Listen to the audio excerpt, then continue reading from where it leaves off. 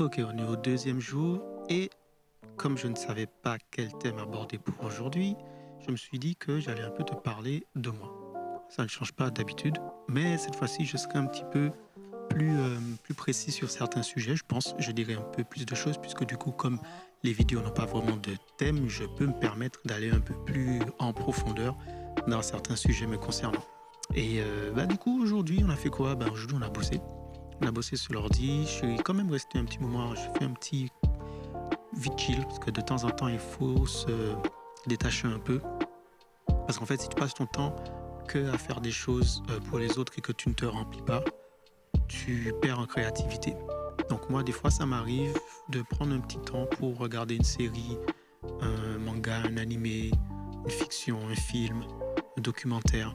En fait, tout ce qui peut m'apprendre à faire évoluer ma vision artistique en termes de colorimétrie, de plan, même l'écoute pour le côté musical aussi. Donc voilà, là c'était un petit peu petite série favorite, Game of Thrones, je sais que tu connais, j'aime bien.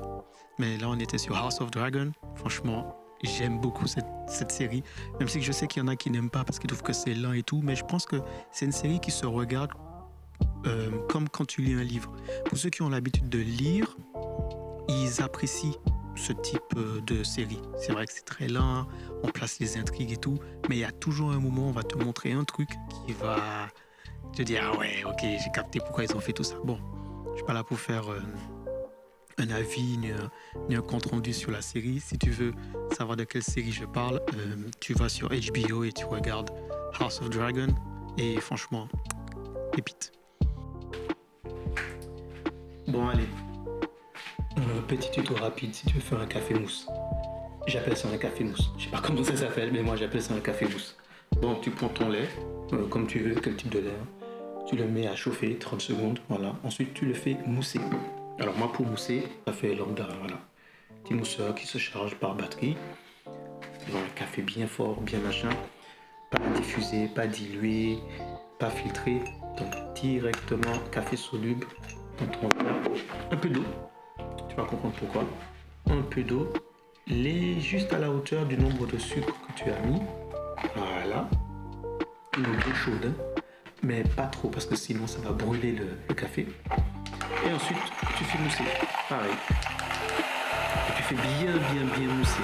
Tu fais bien faire mousser. Voilà. T'entends le son? Le son, il a changé. Le son, il a changé. Une fois que tu as ce son-là, tu n'as que le son du mousseur, pas le son du liquide qui tourne. Ok. Maintenant que tu as ça,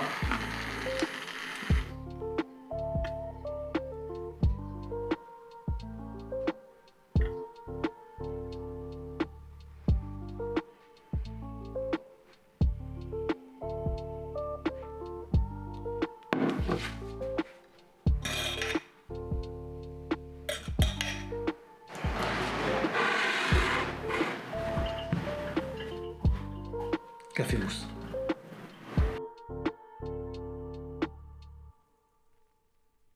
Aujourd'hui c'était une journée tranquille, je suis pas trop sorti, j'ai pas été dehors, j'ai rien fait dehors parce que de toute façon la déchetterie est fermée. Donc on va éviter de faire tout ce qui est jardin pour l'instant. Et j'aimerais...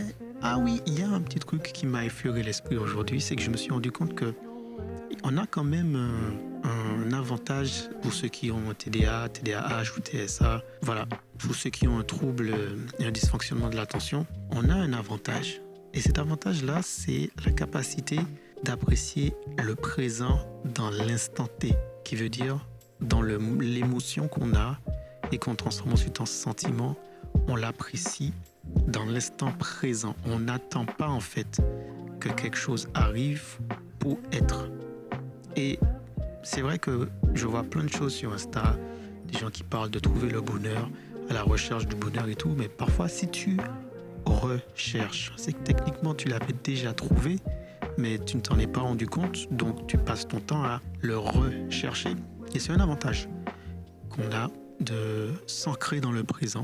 Et du coup, je t'invite à faire quelques petits exercices pour y arriver. Si tu veux t'ancrer dans le présent, ne fais pas de projection émotionnelle. Si aujourd'hui tu n'es pas content, ne te dis pas plus tard, je serai content. Non, consomme le fait que tu ne sois pas content, exprime-le, ok? Ça, c'est la partie qui est importante. Exprime-le, laisse sortir ce mécontentement tant que tu ne passes pas par la violence et que tu respectes toujours celui qui est en face. Moi, je dis toujours ça. La colère, c'est humain. Tu peux pas empêcher à quelqu'un d'être en colère. Tu peux pas lui dire ne sois pas en colère. Ça fait partie des émotions. Il faut qu'il l'exprime. Par contre, c'est à lui d'être capable de l'exprimer en respectant l'autre et en ne soyant pas agressif ni verbalement ni physiquement. C'est là où ça passe sur un autre level. Mais quelqu'un qui est en colère, par exemple, il veut pas te parler parce qu'il est en colère, faut le laisser. Il veut pas jouer parce qu'il est en colère, surtout chez les enfants, faut les laisser, faut pas les forcer. Il est en colère, il veut parler à personne, faut les laisser. Faut les laisser consommer cette colère. Parce qu'ensuite, ce qui va se passer, c'est que forcément, une fois qu'ils l'auront fait, automatiquement, le cerveau sera capable d'accepter et de recevoir les... Comment dire ça ?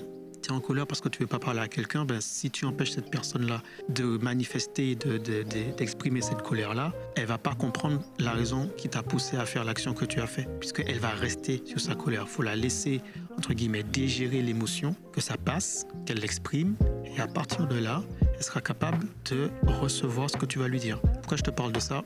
Parce que moi, j'ai remarqué que depuis que j'ai accepté et que j'ai bien compris ce que j'avais comme trouble, et que j'ai fait, comme toujours, mes petites recherches. J'ai été regarder à droite et à gauche comment je peux m'améliorer, comment j'ai fait pour m'en sortir pendant toutes ces années en ne le sachant pas et comment faire pour mieux gérer par rapport aux autres. C'est là que j'ai capté que le fait d'être capable de s'ancrer dans le présent, ça peut être une force, tout comme ça peut être aussi nocif, ok? Parce qu'à force de trop s'ancrer dans le présent, quand tu n'arrives pas à passer l'émotion, tu changes pas d'état, ok? Donc quand tu es dans le négatif, c'est là que c'est pas bon. Par exemple, quand tu es dans le bad mood, comme tu es dans le présent et que maintenant tu n'es pas bien, ben tu peux rester pas bien très très très longtemps. Et le plus difficile, c'est de trouver quelque chose pour te faire passer, j'appelle ça switcher, c'est de passer du je ne suis pas bien à je vais bien maintenant. C'est très compliqué d'accepter son état émotionnel et de le faire évoluer en bien. Quand je suis triste, quand je suis dans le bad mood, j'accepte. Ok, je suis triste pour telle raison. Ensuite, je vais chercher pour quelle raison je suis triste. Ok, ben je suis triste à cause de ça, ça et ça. Est-ce que tu peux changer quelque chose ? Oui. Alors fais-le. Si je peux pas changer, non. Ah ben trouve quelque chose que tu peux changer pour te faire du bien. Et là, ça te permet de switcher.